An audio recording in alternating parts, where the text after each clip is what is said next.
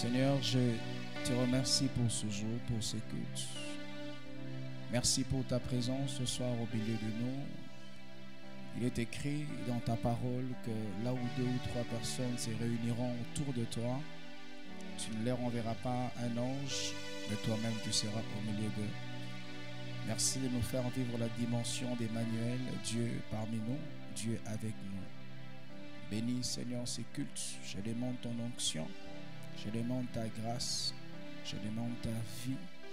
Je prie Seigneur que ta vie coule en abondance dans ces cultes et que ces cultes par ta présence produisent de fruits au-delà de ce que nous pouvons demander, penser et imaginer. Donne-nous la capacité de comprendre la portée de ce message. Ouvre notre intelligence spirituelle. Et je prie Seigneur que ta présence fasse de nous de nouvelles personnes. Au nom de Jésus-Christ, j'ai ainsi prié. Amen. Nous acclamons le Seigneur. Je vous prie de rester debout un instant. On va honorer la parole de Dieu. Nous lirons 2 portions des Écritures ce soir. Je parlerai essentiellement de Pierre. Et si Dieu nous donne l'occasion, je vais parler un tout petit peu de Paul. Matthieu chapitre 4, le verset 17, le verset 18 au verset 20. Et nous lirons Actes chapitre 2, le verset 14 au verset 21. Ensuite, nous lirons du même chapitre le verset 37 au verset 41. La première portion, le premier passage, Matthieu 4, le verset 18 au verset 21. La Bible dit, comme il marchait le long de la mer de Galilée, il s'agit de Jésus, il vit 2 frères, Simon appelé Pierre et André son frère qui jetaient un filet dans la mer, car ils étaient pêcheurs. Il leur dit, suivez-moi et je ferai de vous pêcheurs d'hommes. Aussitôt, ils laissèrent leur filet et les suivirent. Nous ferons la deuxième lecture, une lecture assez kangourou. On va sauter, on commencera par le verset 14 au verset 21 de Actes chapitre 2. L'histoire de la Pentecôte que vous connaissez. La Bible dit alors Pierre se présenta avec les 11, éleva la voix et leur parla en ces termes. Hommes juifs, et vous tous qui séjournez à Jérusalem, sachez ceci et prêtez l'oreille à mes paroles. Ces gens ne sont pas ivres comme vous les supposez, car c'est la 3e heure du jour. Mais c'est ici ce qui a été dit par le prophète Joël. Dans les derniers jours, dit Dieu, je répandrai de mon esprit sur toute chair. Vos fils et vos filles prophétiseront, vos jeunes gens auront des visions et vos vieillards auront des songes. Oui, sur mes serviteurs et sur mes servantes. Dans ces jours-là, je répandrai de mon esprit et ils prophétiseront. Je ferai paraître des prodiges en haut dans le ciel et des miracles en bas sur la terre, du sang, du feu et une vapeur de fumée.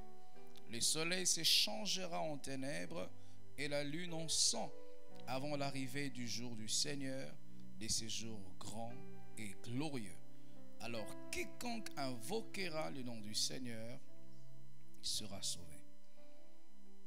Le même chapitre dans le verset 37, la suite du discours de Pierre.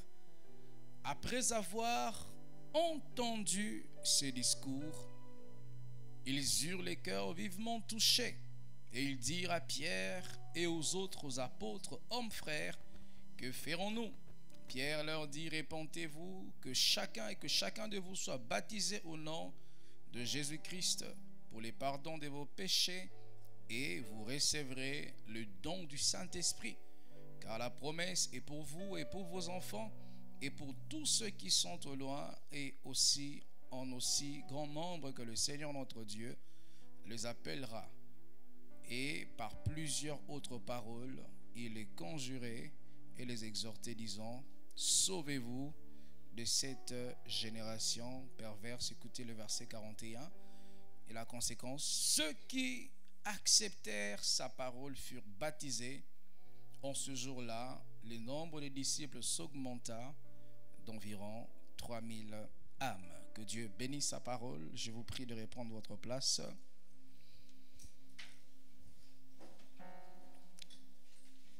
Le mardi, j'ai poursuivi ce thème sur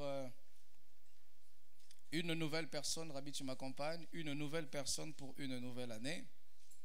J'ai parlé le mardi sur la présence de Dieu qui a la capacité de prendre un homme ordinaire et faire de lui un homme extraordinaire. Nous avons parlé du personnage de Moïse. Moïse qui était un homme normal comme vous et moi, et il a grandi comme un homme normal, et à un moment donné de sa vie, il a été adopté par la famille royale de Pharaon, et il avait donc la capacité lui aussi de devenir roi. Et il s'est comporté comme il s'est comporté, et puis il a pris la fuite. J'en ai parlé longuement le mardi passé. Et l'homme mauvais, lorsqu'il rencontre Dieu, Dieu le change. Et pour ce soir, je parlerai d'un autre homme que nous admirons beaucoup, que nous aimerions être comme lui. Oh, que si Dieu pouvait m'accorder la grâce que par une seule prédication, qu'il y ait une moisson de 3000 âmes. Que si Dieu pouvait m'accorder cette grâce, je me tiens sur la chair, je prêche ici à Douala à la compassion. Et à la suite de ma prédication, 3000 vies bouleversées. Que si Dieu pouvait m'accorder la grâce d'avoir le courage de Pierre, alors que les gens critiquent, ils disent que vous êtes ivres, alors que les gens peuvent critiquer les églises de réveil et dire que nous lavons les cerveaux de gens, alors que les gens peuvent critiquer les pasteurs pour dire que nous pillons les fidèles, nous nous enrichissons. Si Dieu pouvait me donner l'audace qu'il avait donnée à Pierre, où Pierre pouvait lui dire à ces hommes que vous voyez ne sont pas ivres. Cet homme, un jour, il se tient, il prêche un seul message. Il semble même que c'était la première de ses prédications.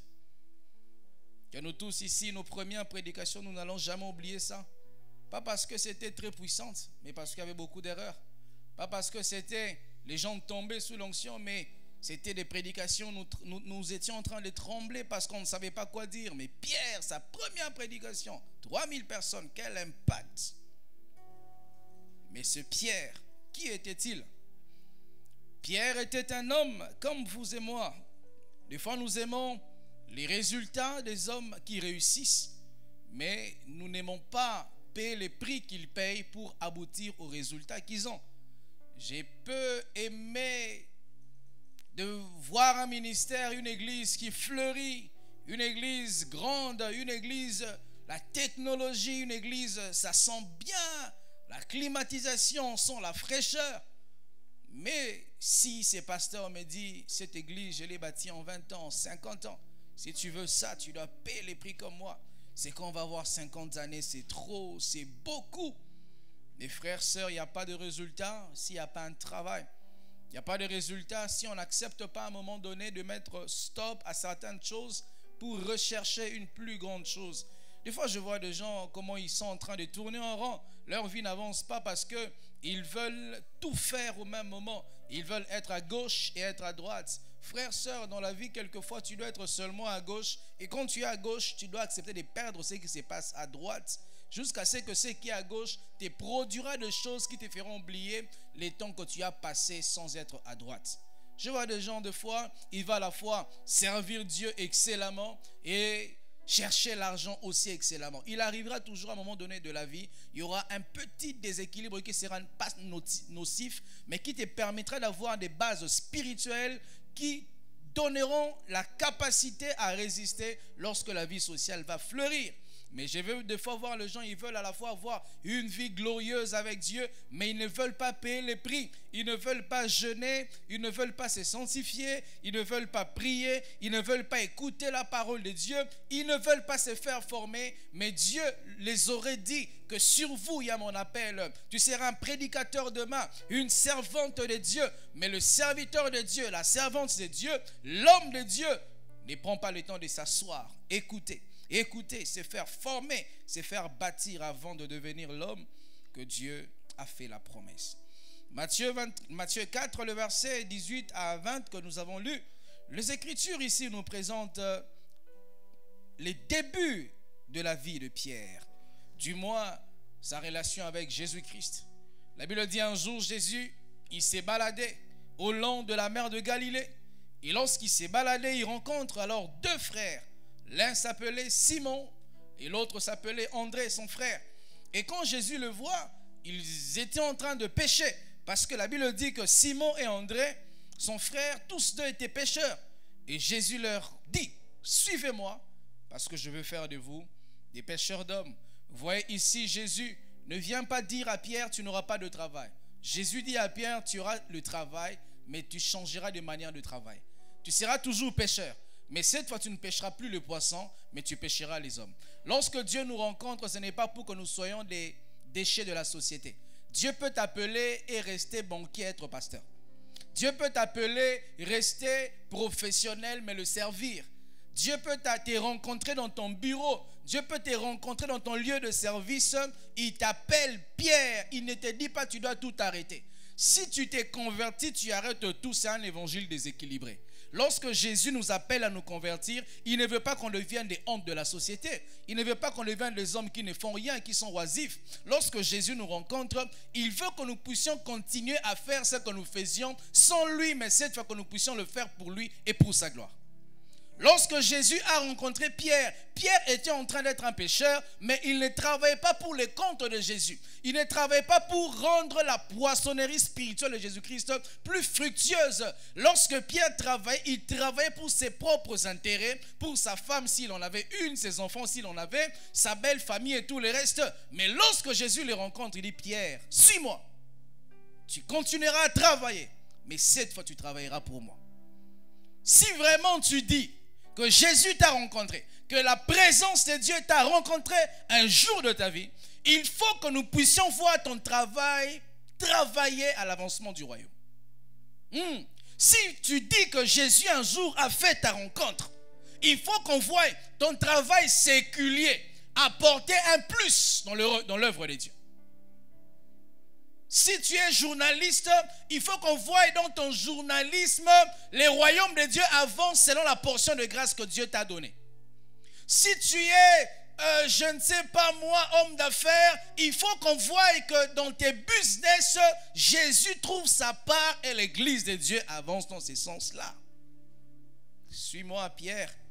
Et moi, Jésus, je prends l'engagement de faire de toi un pécheur d'hommes. Et une petite parenthèse, je suis toujours étonné de la réaction de Pierre. C'est comme s'il était envoûté. La Bible dit dans le verset 20, aussitôt, lui et son frère, ils laissèrent leur filet et suivirent Jésus. Donc Pierre n'a même pas réfléchi. Je laisse là. Comment je vais manger demain? Je laisse ce travail là. Comment je vais nourrir ma famille? J'ai une entreprise, une poissonnerie. J'engage des gens, je dois payer les impôts. J'ai des charges fixes mensuellement. Mais tu me dis, Jésus, de tout laisser là. Qu'est-ce que je deviendrai? Mes employés, mon entreprise fermera. À chaque fois que nous entendons la parole de Dieu, au lieu de l'accepter, lorsque nous la discutons, nous perdons le temps. Lorsque Pierre a reçu la parole de Dieu, il n'a pas discuté la parole de Dieu. Parce que quand tu discutes la parole de Dieu, tu es en train de te donner du retard sur ta marche avec Jésus. Parce que dès l'instant où Jésus libère une parole sur toi, la parole commence à fonctionner. Mais si toi tu ne te mets pas à suivre la parole prononcée sur toi, tu seras en déphasage et il y aura un décalage entre ta vie et la parole de Dieu libérée sur toi. C'est comme ça beaucoup de gens, vos vies ne ressemblent pas à ce que Dieu dit dans la parole. Parce que vous la commentez au lieu de l'accepter. Vous commentez ce que Dieu dit, mais vous ne l'acceptez pas. Vous discutez. Si je laisse ceci, je vais manger comment? Si j'abandonne l'homme marié là, comment je vais survivre? Si j'arrête cette vie que j'ai, si j'arrête un peu mes business, les malversations que j'ai fait, comment j'aurai ceci? Comment? Quand toi tu discutes, il y a un autre Pierre entendu. Il a tout laissé. Et quand Pierre laisse tout, je suis certainement sûr que les autres pécheurs lui disent: Pierre, est-ce que tu comprends ce que tu fais? Pierre, as-tu réfléchi à ta décision? Pierre, as-tu bien réfléchi? Nous sommes avec toi depuis des années, nous péchons, et c'est Jésus te rencontre un seul jour. Est-ce qu'il n'est pas un magicien pour détruire ta vie? Mais Pierre savait que la parole que j'avais entendue, mon esprit avait attesté que ça venait de Dieu. Et ce n'était pas pour laver mon cerveau, c'était pour que je devienne un jour l'apôtre de Jésus-Christ.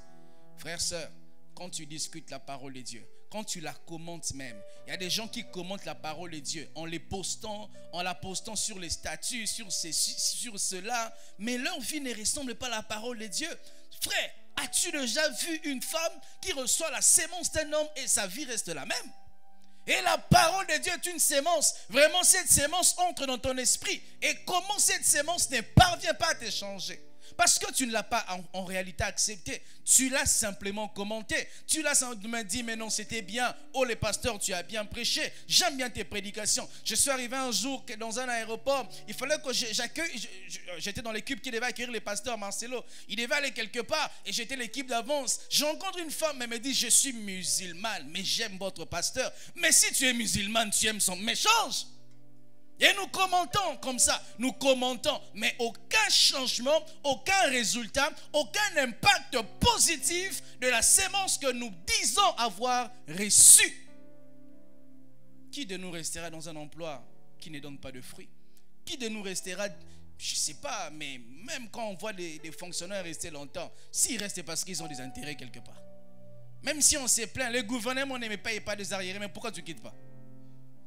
Si tu ne quittes pas, ce travail te génère des intérêts. Même si tu ne reçois pas le salaire directement, mais ça te génère des intérêts par l'influence que ce travail te donne. Et qui restera à un emploi où on ne lui donne pas ce qui lui est dû? Pierre. Son nom veut dire pour certains roseau. Roseau, c'est comme un ensemble de... Vous voyez quand vous êtes dans la mer, il y a comme une forme de saleté qui se réunissent. Et certains disent que c'est ce que voulait dire le nom de Pierre, parce que Pierre était un peu agité. Il allait dans tous les mouvements et nous allons voir ça tout à l'heure. Lorsque ça souffle à gauche, il va à gauche. Lorsque ça souffle à droite, il va à droite. Et Pierre, son nom veut dire roseau. Et Pierre, il était un homme qui était probablement marié, peut-être même ayant des enfants. Mais une chose est sûre, Pierre avait une famille. Marc au chapitre 1, le verset 29 au verset 31, les Écritures nous parlent qu'un jour Jésus va dans la maison de Pierre. Donc ça veut dire que Pierre avait une maison. Pierre avait une famille. Avait-il des cousins, des cousines? Avait-il des enfants et une femme? Je ne sais pas, mais la Bible nous montre que Pierre avait une maison, une famille. Il avait une vie familiale. Et peut-être Pierre travaillait avec acharnement, il travaillait avec courage parce qu'il y avait une famille qui devait nourrir, des bouches qui dépendaient de lui. Et la Bible dit, quand Jésus entre dans cette maison, il rencontre la belle-mère de Pierre. Je ne sais pas, la belle-mère ici voulait dire la femme de papa de Pierre, ou ça voulait simplement dire la maman de la femme de Pierre. Mais je pense que c'était pour ma part la maman de la femme de Pierre. Parce que je ne vois pas un Pierre costaud comme ça, habitant encore chez son père, et son père épouse une autre femme. Et Pierre avait une famille, il avait une vie normale. Pourquoi je nous emmène à analyser un tout petit peu la vie de Pierre? J'ai commencé depuis mardi à analyser la vie de Moïse, et là nous analysons la vie de Pierre. C'est pour nous faire voir que ces histoires de vie chrétienne, lorsque Dieu nous demande certaines choses, il n'a pas commencé ça avec nous. Il y a des gens qui ont aussi vécu la même vie chrétienne, même plus glorieuse que celle-ci, et ils ont pu survivre, et ils ne se sont pas plaints, et leurs vies ont été des vies qui ont inspiré d'autres vies. La troisième information, Pierre était un pécheur, comme je le dis, et plus tard Pierre devint disciple de Jésus-Christ. Si Pierre avait une carte, il avait une CNI, profession, il était écrit pécheur professionnel. Et j'ai remarqué que de tous ceux-là que Jésus a appelés, il faisait rien, il faisait quelque chose dans la vie.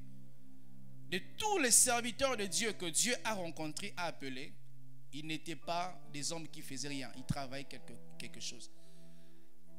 J'ai rencontré aujourd'hui un jeune qui m'écrit sur internet, il me dit: pasteur, les prophètes m'ont dit que j'ai un appel, je dois laisser la voix de Dieu qui parle dans mes pensées, sinon si je t'ouvre ces voix, je ne pouvais pas entendre. Je lui ai posé la question: Dieu t'a appelé? Oui. Comment tu sais que Dieu t'a appelé? Les prophètes me l'ont dit. Je lui ai dit: Dieu n'appelle pas des gens comme ça.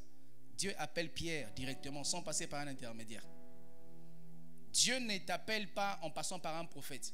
Parce que si tu réponds à l'appel de Dieu par la prophétie, si sur ta route de l'appel au ministère, tu as des difficultés, tu vas rechercher les prophètes là. Il faudrait que Dieu t'appelle lui-même.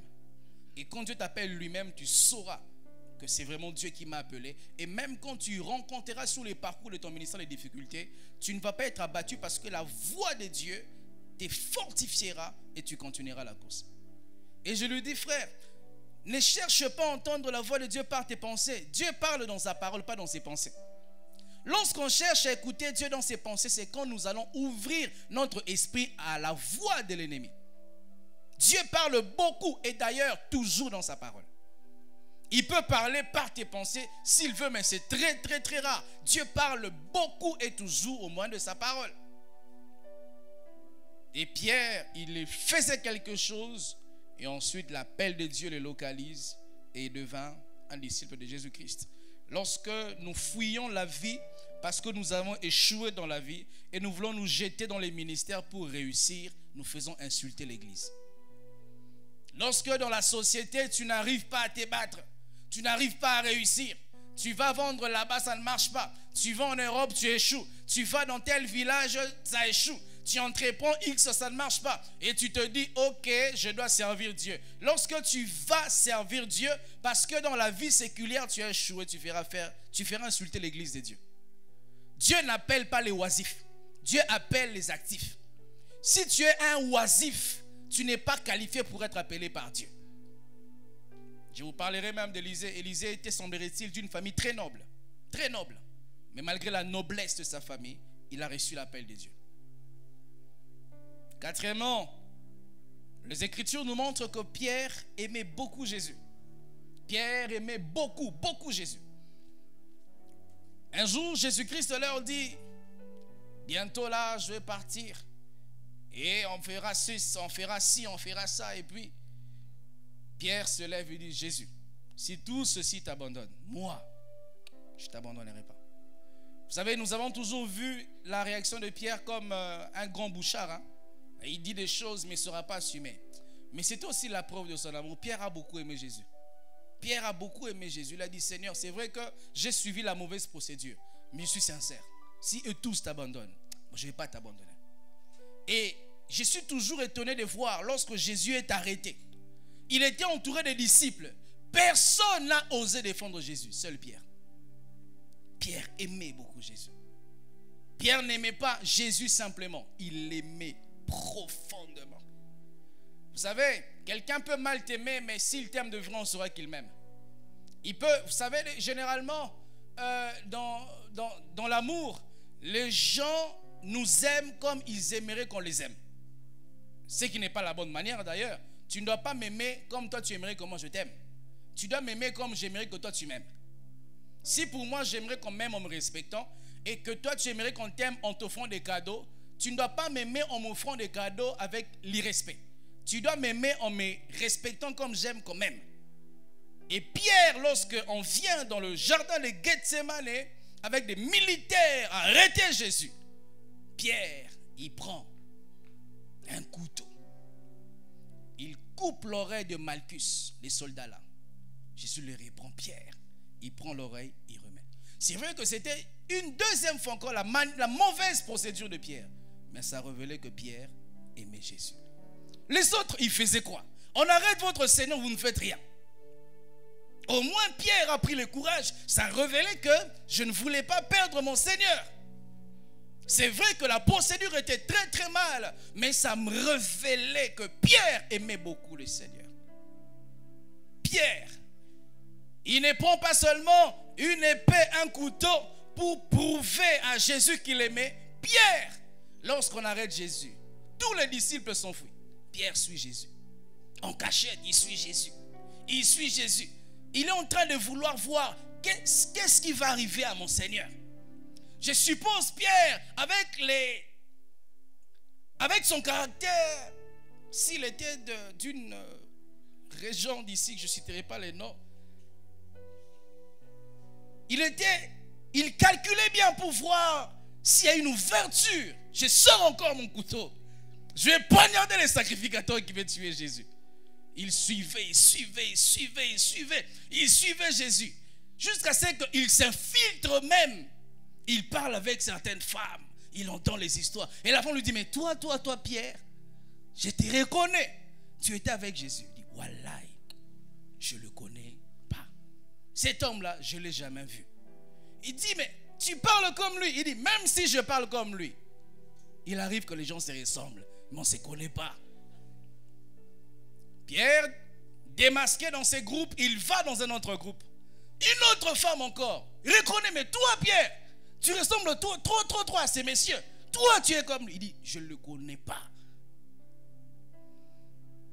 Devant deux femmes, Pierre a eu peur. Je vais en parler tout à l'heure. Pierre était un peureux. Vous savez, il y a des gens comme ça dans la vie, ils sont tout le temps dans la peur. Ils ne savent rien faire de leur vie parce qu'ils ont peur. Peur de se marier, peur de s'engager, peur de voyager, même peur d'habiter chez eux. Il aime la maison des parents, il a peur d'habiter chez eux. Parce que, vous savez frères, sœurs, dans la vie, quand tu veux réussir un projet, on ne met pas d'abord en avant les équations impossibles. Si tu veux réussir dans un projet, mets d'abord en avant les équations que tu peux résoudre. Les choses que tu ne pourras pas résoudre, Dieu te donnera la sagesse sur le chemin pour trouver une solution pour ça. Mais si avant de commencer un projet, tout le temps tu dis, maintenant si je commence ça et on m'arrête. Si je loue une maison et puis je n'ai plus d'argent, loue d'abord une maison. Oui, si, vous savez frères, sœurs, si nous devons tout le temps penser qu'il y aura toujours des choses qui vont nous empêcher de réaliser ou de poursuivre notre rêve, exactement, il y aura toujours des choses qui vont nous empêcher. Alors, nous devons ne plus faire ce que nous sommes censés faire parce que sur notre parcours, il y aura des choses qui vont nous empêcher. Tu dois d'abord mettre en avant ce qui te permet d'avoir le courage de commencer. Tu as l'argent, tu veux commencer à vendre, ne dis pas d'abord pour avoir la place au marché difficile. D'abord, aie l'argent. Si tu as l'argent, va acheter. Si tu as acheté, commence à vendre même en ligne. Et Dieu te créera l'opportunité d'avoir un endroit pour vendre de manière physique. Et Pierre avait peur, le type de chrétien, peur de ses parents, peur de leurs amis. On dit, mais toi, tu ressembles à Jésus, tu viens d'où? Je viens de quelque part. Quelque part où? Tu rentres à 7 heures, tu viens d'où? Je viens de quelque part. Dis quelque part où? Je sens que si je vais en profondeur ici, d'autres personnes vont fuir l'église aujourd'hui. Pierre, il avait peur, il vivait dans la peur. Et cette peur-là a conduit Pierre à régner Jésus. Matthieu 26, le verset 69 au verset 74. On voit comment est-ce que Pierre, catégoriquement, profondément, il dit, Jésus, je ne le connais pas. Ce qui est marrant, c'est que dans les reniements de Pierre, sa vie confirmait qu'il était avec Jésus. Les gens ont remarqué que tu parles comme lui. Même si Pierre disait, je ne le connais pas, les gens disaient, mais toi, tu es comme lui. Il y a des gens comme ça. Tu veux dire décembre, je vais régner Jésus. Mais tu arrives devant une porte de boîte de non-dit, c'est plein, on n'entre plus. Moi, quand j'étais païen, j'aimais beaucoup. Vous savez, des fois, les gens qui sont bien éduqués et qui veulent vivre dans la vie du monde pour pouvoir à leurs amis, moi aussi, je suis païen. Des fois, ils vont même loin plus que les vrais païens même eux-mêmes. Les vrais païens, ils peuvent même prendre seulement un verre de whisky. Lui, il va vous prouver toute une bouteille. Et puis après, il meurt, il ne se réveille plus. Et moi, j'avais des amis qui étaient déjà rodés dans le monde. Ils étaient lancés, ils entraient dans le bar. Et puis, pas de problème. Ils entraient sans rien. Un jour, je dis, je vais aussi le suivre, je vais entrer dans un bar, moi aussi. Mais le problème, c'est que moi, j'étais court de taille. Eux, ils se faisaient adultes. Mais moi, j'avais l'âge avancé, mais dedans. Et ils poussaient de l'extérieur. Moi, j'ai poussé en profondeur. Le vigile m'a dit, toi, tu n'entres pas. Je suis allé chercher une cigarette. J'ai fumé, je reviens. Il dit, toi, tu n'entres pas. J'ai pris une autre femme, j'ai tenu. Il dit, toi, tu n'entres pas. Je pouvais dire que je suis maudit en ce moment-là, mais Dieu savait que je pouvais régner Jésus en ayant la cigarette, mais toi, tu ressembles à Jésus, tu n'entres pas. Pierre réunit Jésus. Ils m'ont dit, mais tu parles comme lui. On a les preuves qu'il a imprimé sur ton esprit ses gènes. Il y a son code génétique qui s'exprime en toi. C'est comme s'il y a des sœurs comme ça. Tu es dans une relation amoureuse. Les hommes partent, ils partent. Parce qu'ils voient en toi, même toi-même tu veux, cette fois garder un homme, je veux comme faire les bisous. Mais à un moment donné, tu ne veux plus. Et c'est fini. Mais pourquoi? Parce qu'en Jésus, en toi, il y a les codes génétiques de Jésus. Même si tu veux vivre comme les autres, tu ne pourras pas. Parce que Jésus a imprimé ses codes génétiques en toi.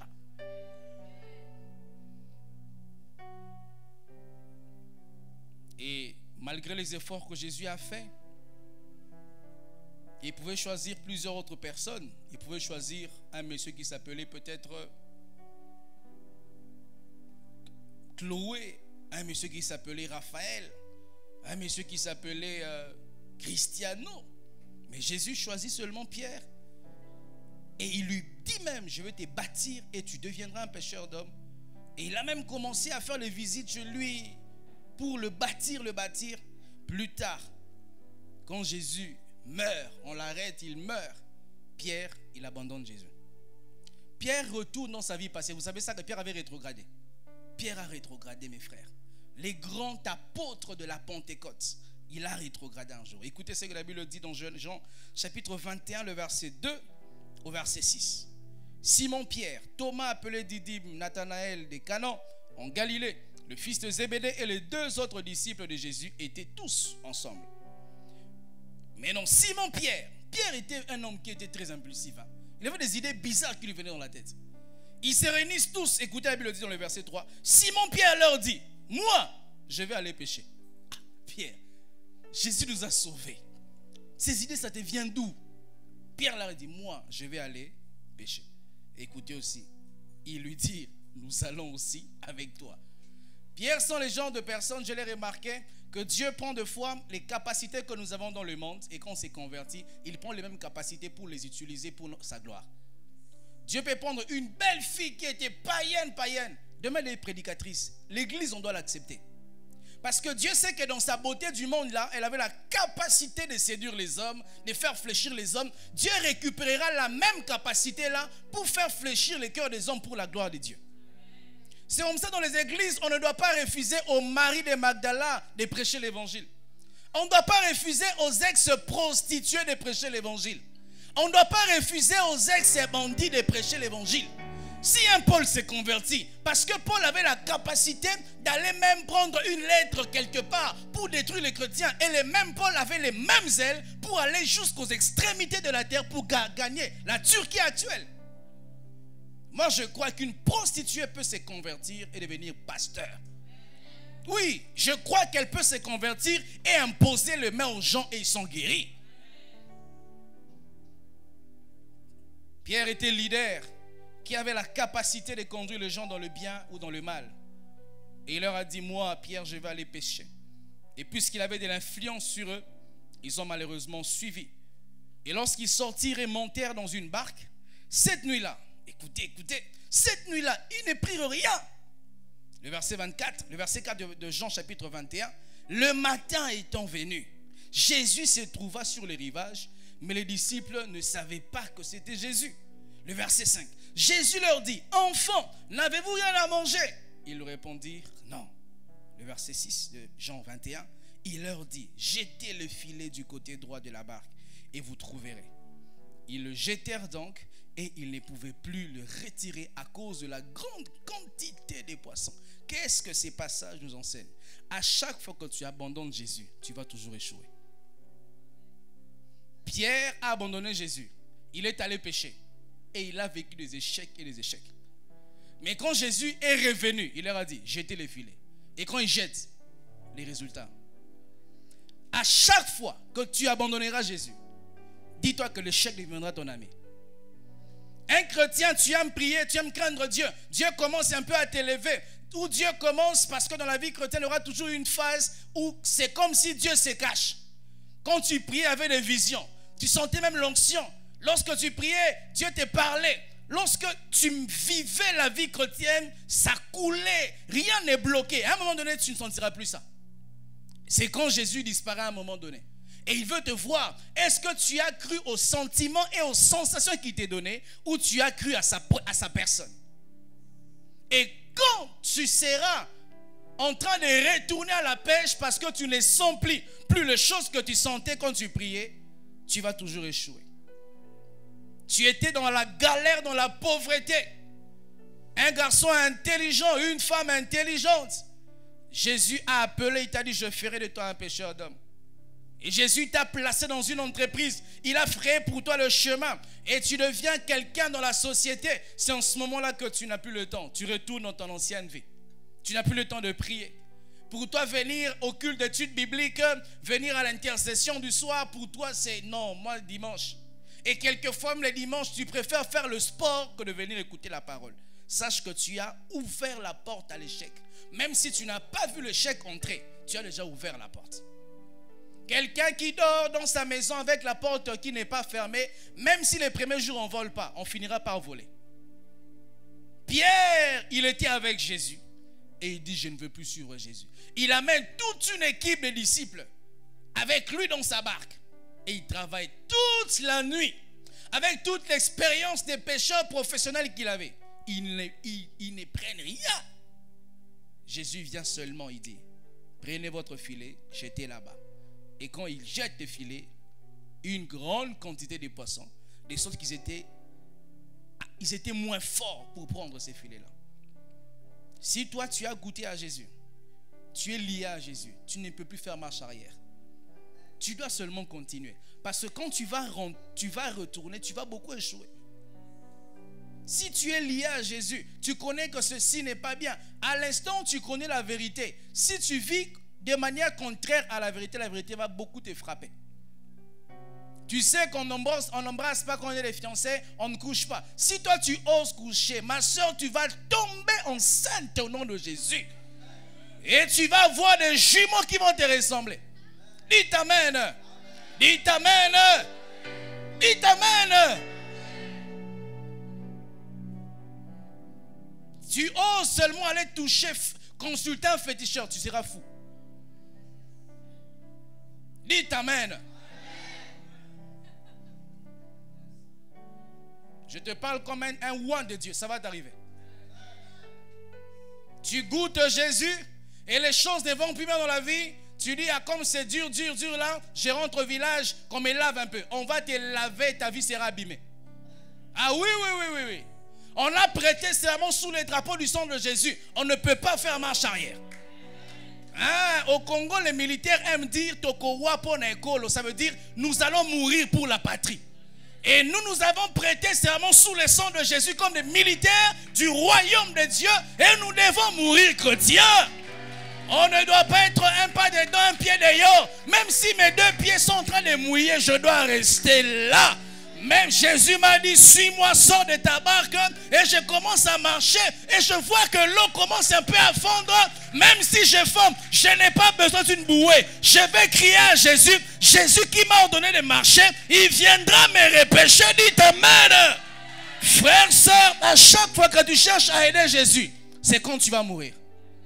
Si c'est Jésus qui t'a dit, marche sur les eaux, c'est le même Jésus qui doit te sauver quand tu vas te noyer. Ah oui. C'est ça le problème avec les chrétiens. C'est Jésus qui t'a donné la vie que tu as, la santé que tu as, le corps que tu as. Tout ce que tu as te vient de Dieu. Et à un moment donné, ça ne marche pas. Tu commences à vouloir mélanger Jésus, à amener le feu étranger dans ta vie. Le feu étranger dans ta vie.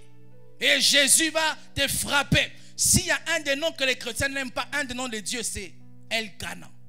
El-Kana qui veut dire Dieu jaloux. Dieu est jaloux. Il est jaloux, je te dis. Je ne sais pas s'il y a des femmes jalouses au Cameroun. Hein?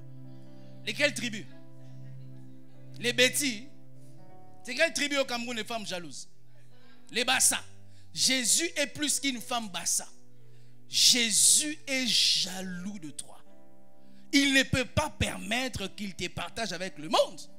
Tu es à l'église ici et quand tu rentres, on vous dit, tout le monde dit, vous lavez. Tu dois te rebeller. Même si on te réunit, tu dois te rebeller, mais tu gardes Dieu. Et ici, j'ai remarqué, dites amen, hein? J'ai remarqué que les parents, vous aimez jouer avec la psychologie de vos enfants. Si tu ne fais pas, je te réunis. Maman, réunis-moi. Et si tu ne sais pas, on m'avait déjà adopté au ciel depuis longtemps. Lorsque tu me réunis, je ne manquerai pas de famille. Dites amen. Et les parents aiment blaguer, traumatiser les enfants en leur disant des paroles. Si tu ne manges pas les repas des pères, si tu ne vas pas au village, ceci, je n'y vais pas, ma soeur. N'y va pas, ma soeur. Tu es adopté par la famille de Dieu. Je te dis, Jésus a dit, lorsque tu vas te convertir, tu auras des frères et des sœurs. C'est ça qu'on appelle la famille. Et si ta famille de ton père et de ta mère t'est réunie parce que tu ne veux pas te prosterner devant des idoles, sache qu'il y a une famille qui va t'accepter. Il t'amène.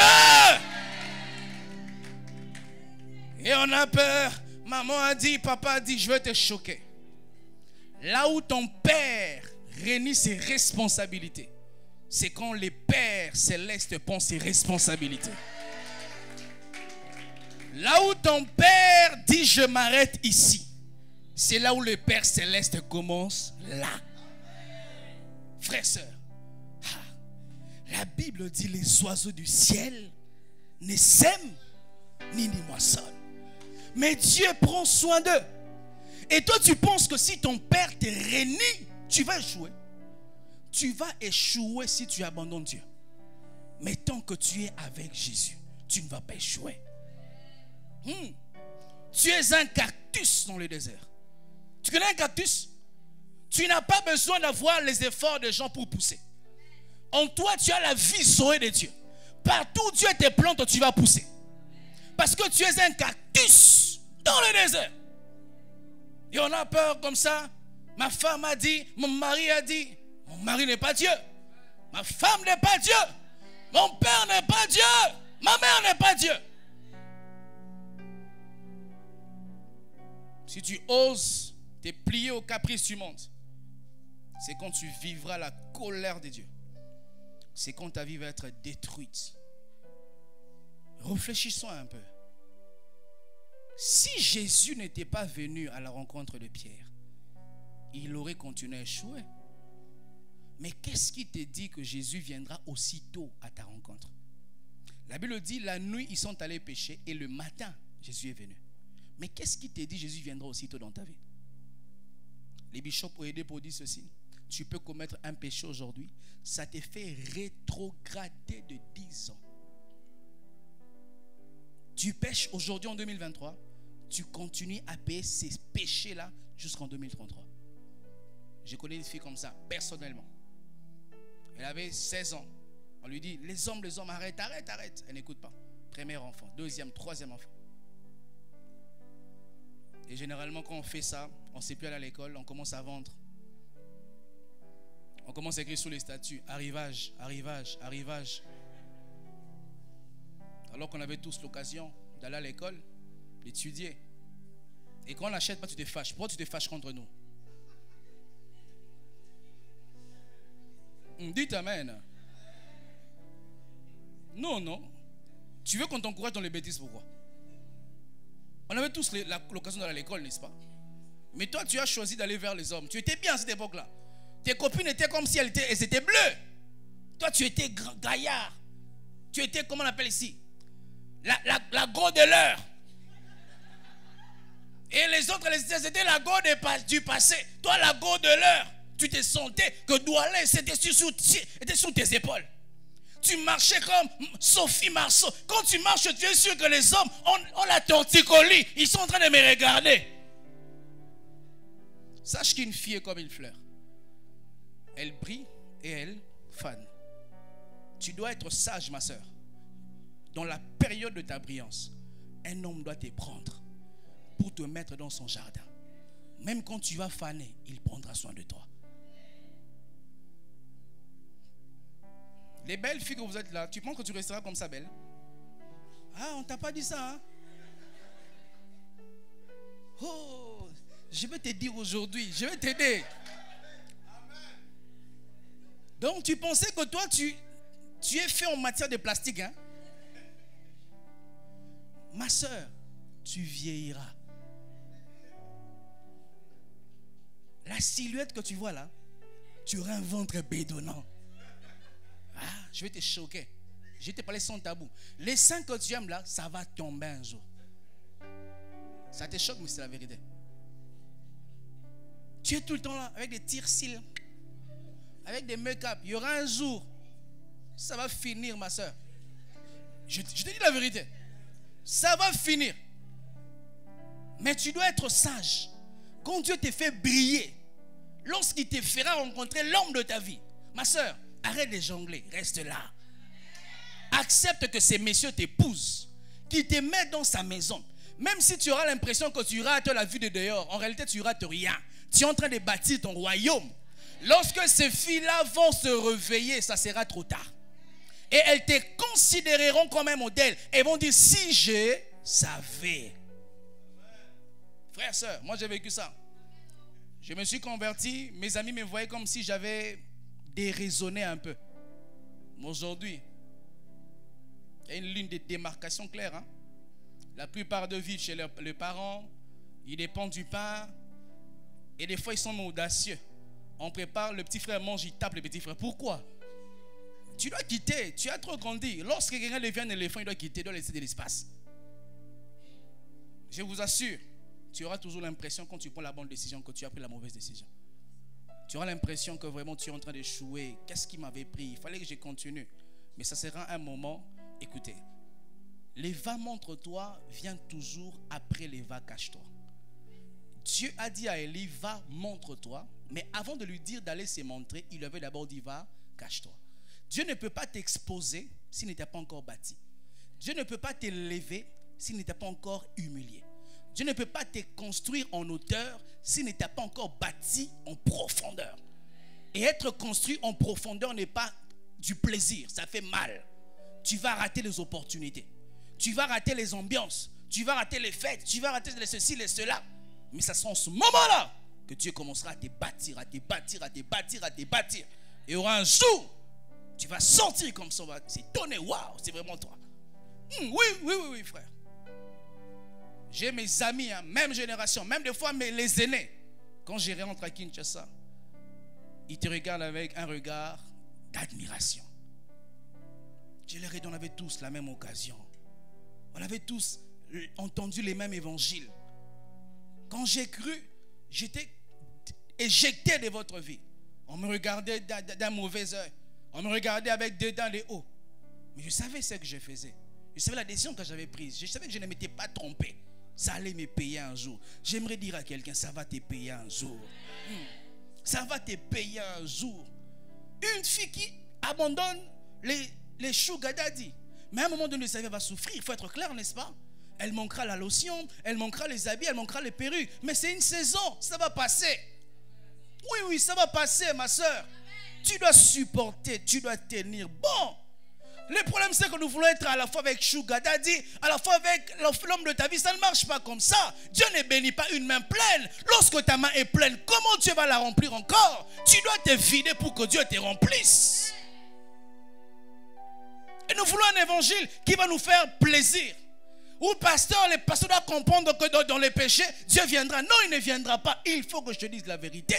Dieu aime les pécheurs repentants, mais il n'aime pas les péchés. Certaines choses de ta vie, tu ne pourras jamais les avoir tant que tu n'accepteras pas de te dépouiller. Dis amen, je t'explique quelque chose. Jésus ne pouvait jamais recevoir le nom qui est élevé au-dessus de tous les noms s'il ne s'était pas dépouillé. Jésus, on ne l'a pas dépouillé. Jésus s'est dépouillé. Il a fallu qu'il accepte de perdre ceci, de perdre cela. Il a même crié à la croix, mon Père, pourquoi m'as-tu abandonné? Mais les chrétiens ne supportent pas la souffrance. Nous ne supportons pas la persécution. Nous pensons que nous allons nous convertir et puis nous allons directement commencer la gloire. Non, il y aura toujours les déserts avant d'arriver à Canaan. Oui, mon frère, tu sors de l'Égypte. Dieu te promet Canaan, c'est vrai. Mais avant d'arriver à Canaan, tu dois passer par le désert. Certains théologiens disent qu'il a fallu 11 jours quitter l'Égypte pour Canaan. Mais ils ont fait combien de temps? 40 ans. Parce que la période de ta formation, sa durée est déterminée par rapport à ton obéissance. Plus tu es obéissant, plus ça va vite. L'année passée, tu sais comment tu étais rebelle envers Dieu. Des fois, Dieu ne t'interdit même pas les péchés. Il te dit, c'est bon, ma fille, prie. Il te dit même pas, abandonne si, ça. Il te dit, c'est bon, commence à prier. C'est tout ce qu'il te demande. Il te dit, mon fils, commence à jeûner une fois. Il te dit même pas, donne l'argent parce que tu vas penser que tu vas enrichir l'église. Dieu te dit, pour toi-même, commence à jeûner. Mais nous sommes rebelles, désobéissants. D'autre part, Dieu te dit, élève les niveaux et la qualité de tes offrandes. Frère, j'aime le dire aux gens. Tu vas avoir l'onction, prie, jeûne, sanctifie-toi. Tu vas avoir l'argent, donne l'argent. Tu ne peux pas s'aimer l'onction, la prière et récolter l'argent. Non, non. La prière que tu sèmes ouvre les portes. Mais ces portes vont t'accepter quand tu auras la chose qui ressemble à la porte là. Je vais t'expliquer. Frère, soeur, Dieu peut t'élever et il t'introduit dans un réseau des grands hommes d'affaires. Mais ces hommes d'affaires là t'ont accepté parce que tu as fléchi les genoux. Dieu les a convaincus. Mais tu resteras au milieu d'eux si j'ai des choses qui leur ressemblent. On relate un jour l'histoire d'un dîner professionnel des hommes d'affaires. C'était, je crois, à Brazzaville. Et il y avait un nouveau qui avait adhéré le groupe. Et ils avaient l'habitude d'accueillir le nouveau avec un repas. Une grande table, beaucoup de nourriture et tout le reste. Et quand ils accueillaient les nouveaux, ils demandaient aux nouveaux d'aller se servir en premier. Ils ont vu le nouveau. Une montagne de ceci. Une montagne de cela. Et on lui disait même, prends, oui, prends, prends. Et quand il est rentré, les hommes riches ont pris un morceau, un morceau, un morceau. Ils se sont dit, celui-ci, si on met notre capital avec lui, il va nous voler l'argent. Parce qu'il peut déjà être égoïste pour une viande, il serait égoïste pour l'argent. Mais oui, celui qui est fidèle en peu de choses, il sera dans les grandes choses. Dieu peut seulement te dire, donne l'argent. Toi, tu n'aimes pas donner l'argent à Dieu. Est-ce que tu auras le monde de donner l'argent, 1 million pour investir quelque part là-bas? Suis-je en train de parler à quelqu'un? Je vais finir ce soir. Malgré tout ce que Pierre a fait, l'amour de Dieu était encore dans les cœurs pour Pierre.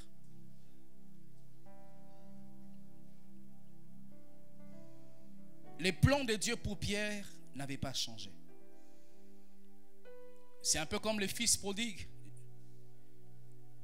Le père avait un projet pour lui. Mais il s'est précipité. Il a dit, donne-moi la part qui me revient. Et le père lui donne. La Bible dit, j'en parle dans mon livre d'ailleurs, c'est un chapitre dans mon livre. La Bible nous dit dans Hébreu que tant que le testataire est vivant, le testament ne peut pas entrer en vigueur. Mais lorsque le fils prodigue, le deuxième fils demandait à son père ce qui lui revenait, en réalité il souhaitait la mort de son père. Parce qu'il ne pouvait avoir accès à ce qui lui revenait que lorsque le père devait décéder. Et il prend le bien. Et quand il prend le bien, il s'en va et il s'appauvrit encore. Et lorsqu'il revient, le fils qui était resté, il était mécontent. Il dit au père, mais j'étais avec toi depuis tout ce temps, tu ne m'as rien donné. Écoutez la réponse du père. Tout ce qui est à moi est à toi. En réalité, le père devait lui dire, le fils-ci n'avait plus rien. La Bible dit dans Deutéronome que les fils aînés avaient droit à une double portion de l'héritage. J'en parle dans mon livre, je fais ces parallélismes-là, que tu peux être proche, mais tu es perdu. Et ces deux fils, malheureusement, étaient proches, mais ils étaient perdus du père. Ils ne connaissaient pas le père personnellement. Et la Bible dit, lorsque le fils est parti, il a beaucoup souffert. Il a commencé à manger avec des pourceaux. Il s'est dit en lui-même, dans la maison de mon père, il y a des mercenaires qui mangent. Mais moi, je fais quoi ici? Il avait vécu dans la présence du Père. Il savait c'est quoi la présence du Père. Et la présence du Père lui manquait. Frère, sœur, la présence de Dieu vaut plus que ce que Dieu peut te donner. Un jour, Absalom, il se décide de faire du mal à son père David. David avait un cœur de Dieu, vous savez. David, son général, Joab vient lui parler pour plaider en faveur d'Absalom. David dit, ok, je l'accepte, mais il ne verra pas ma face. C'était grave. Comment, papa, je suis avec toi? j'ai ton argent, j'ai tes chars, j'ai ton armée, mais ta face, je ne peux pas voir. Et le fils prodigue, il avait tout ce qu'il avait demandé pour le Père, mais il lui manquait la présence du Père. La présence de Dieu était plus importante que ce que Dieu pouvait donner. Quel est cet enfant, cet homme, cette femme au milieu de nous? Peut être avec un mari, avec ses parents, on te donne tout. Mais le Père dit, tu ne me verras jamais. Tu ne seras pas heureux. Le Père te paye la pension. Le Père te donne des vacances en Europe, comme tu veux. Il t'a construit des entreprises. Mais il dit, ma face, tu ne verras pas. Tu vas te lasser un moment, tu vas te fatiguer. Tu vas dire, c'est toi que je veux, plus les biens. Et la Bible dit, le fils prodigue, il dit, il y a des gens dans la maison de mon père, ils sont bien. Il dit, je retournerai. La Bible dit, lorsque le fils prodigue rentre vers le Père, il marchait. Le Père l'a vu de loin. Le Père courait. Parce que le plan de Dieu ne s'est pas arrêté tant que Dieu a de l'espoir que tu peux revenir à la raison. Tant que Dieu croit que l'homme qui priait la nuit peut revenir à son vœu qu'il avait fait. La femme qui s'est sanctifiée, qui ne permettait pas qu'on touche son corps. Tant que Dieu a de l'espoir que tu peux revenir, Dieu est là où tu l'as abandonné. Il n'a pas bougé. Il est là. Il est là. Je t'assure, si tu te décides de revenir dans la présence de Dieu, tu ressentiras Dieu là où tu l'avais laissé. Si tu te décides de revenir à prier à 4 heures, à jeûner comme tu t'étais promis, de te tenir devant Dieu, je t'assure, tu vas ressentir encore les bonheurs que tu avais avec Dieu. Et Jésus, il a donné la seconde chance. La Bible nous parle, après la résurrection de Jésus, lorsqu'il vient, il retrouve Pierre, l'abandonnant. Jésus leur dit quand même, jetez les filets. Et puis ils prennent des poissons. Jésus prend les poissons, il prépare et leur dit, mangeons. Ils ont mangé. Et après quand ils mangeaient, Jésus a commencé à tenir des discours bizarres avec Pierre. Il lui pose la question, Simon, fils de Jonas, m'aimes-tu? Vous savez, il y aura toujours un moment où le Seigneur va repêcher l'âme qui était perdue. Ce qui compte pour Dieu, ce n'est pas l'argent qui te donne Simon-Pierre, c'est ton cœur. Ce qui compte, ce n'est pas les poissons que tu as pêchés. Ce qui préoccupe Dieu, c'est ton âme. Et la première fois, Pierre ne pouvait que répondre positivement. Il dit, oui Seigneur, tu le sais. Et Jésus lui dit, paie mes agneaux. Et après, c'était une réponse qui venait de sa chair. Jésus voulait lever le niveau, que la réponse soit maintenant réfléchie, que ça vienne de son âme. Il lui pose la question une seconde fois. Pierre, fils de Jonas, m'aimes-tu? Il lui dit, si, je t'aime, tu le sais. Jésus a dit, apparemment sa chair a compris, parce que sa chair a mangé, sa chair s'est réjouie. Son âme aussi a compris. Maintenant, je vais voir si son esprit a compris. Jésus élève le niveau. Il pose la question dans le verset 17 de Jean 21. Il lui dit, pour la 3e fois, Simon, fils de Jonas, m'aimes-tu? Écoutez, j'aime ceci. Pierre fut attristé. C'est quand son âme, son esprit était profondément touché. Lorsqu'il a répondu la première fois, il n'était pas attristé. La 2e fois, pas attristé. Jésus voulait voir que vraiment Pierre est touché. Il devait continuer à lui demander, Pierre, m'aimes-tu? Et Pierre fut attristé de ce qu'il lui avait dit pour la 3e fois, m'aimes-tu? Il répondit, tu sais toutes choses, tu sais que je t'aime. Et Jésus lui dit, paie mes brebis. Plus tard, Jésus leur dit, restez à Jérusalem. Et c'est celui qui avait manifesté l'amour que la grâce apostolique est venue sur lui. Jésus, dans son équipe, avait 2 disciples qui étaient caractérisés par l'amour. Il y avait Jean, que Jésus aimait beaucoup.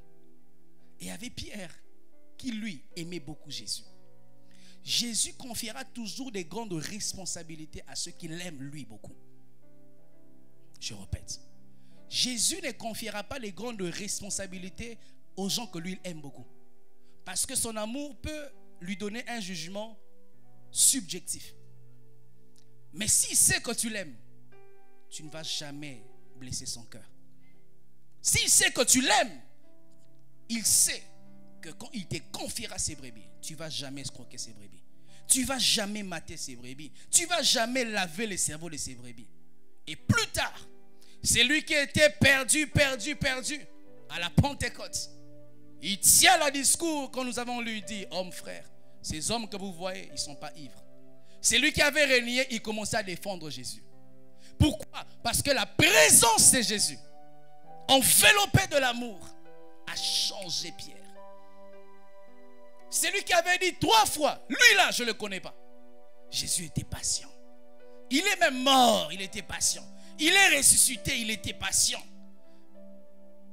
Il est venu vers eux. Il leur a produit un miracle, les poissons. Il a mangé avec eux. Et puis lui a dit, un check-up pour voir, est-ce qu'au fond de Pierre, il m'aime encore? Et quand Jésus était sûr que Pierre l'aimait, il lui confie la grande mission. La première fois qu'il prêche, 3000 âmes. Quel résultat! Quel résultat! Quel résultat, frère! Lorsque la présence de Dieu te transforme, les résultats seront naturels pour toi. Lorsque tu te laisses être transformé par la présence de Dieu, ta vie sera changée. J'aimerais finir pour dire ceci. La présence de Dieu dont je parle, frères, sœurs, il en existe 2. La première, c'est la présence de Dieu générale. La présence de Dieu qui est liée à son omniprésence. C'est cette présence qu'on retrouve dans les morgues. Malgré la présence de Dieu là-bas, les morts ne ressuscitent pas. C'est la présence que nous retrouvons dans les bois, dans les snacks, dans les avions, dans la mer. Malgré cette présence, il n'y a rien qui se passe en miracle parce que c'est une présence qui est liée à l'omniprésence de Dieu. Mais la deuxième présence de Dieu qui produit des miracles, c'est la présence approbative de Dieu. Où Dieu se manifeste à un endroit parce qu'il approuve cet endroit. Où Dieu se manifeste dans une personne parce que Dieu approuve cette personne. Et la présence de Dieu approbative avait rencontré Pierre. Et cette présence n'avait plus jamais quitté Pierre. De sorte que Pierre, le régneur, est devenu celui qui témoignait, celui qui faisait des miracles, parce que la présence de Dieu était avec lui. Mais la présence de Dieu réclame toujours le temps. Il faut donner du temps à Dieu pour expérimenter sa présence. Je vous assure, frères, sœurs, les gens qui vivent des expériences avec Dieu sont ceux qui consacrent du temps avec Dieu, pour Dieu. Un jour, je jeûnais, j'étais déjà ici à Douala, j'étais en train de prier chez moi à la maison. Je vois un ange passer comme un éclair. Et Dieu me dit, c'est l'ange qui accompagne ceux qui jeûnent. Si je ne m'étais pas donné pour prier, comment j'aurais vu un ange comme ça? Dieu veut qu'il se révèle à toi, mais il veut que tu lui consacres du temps. Sachez, frères, sœurs, qu'il y aura toujours quelque chose qui t'empêchera d'avoir du temps pour Dieu.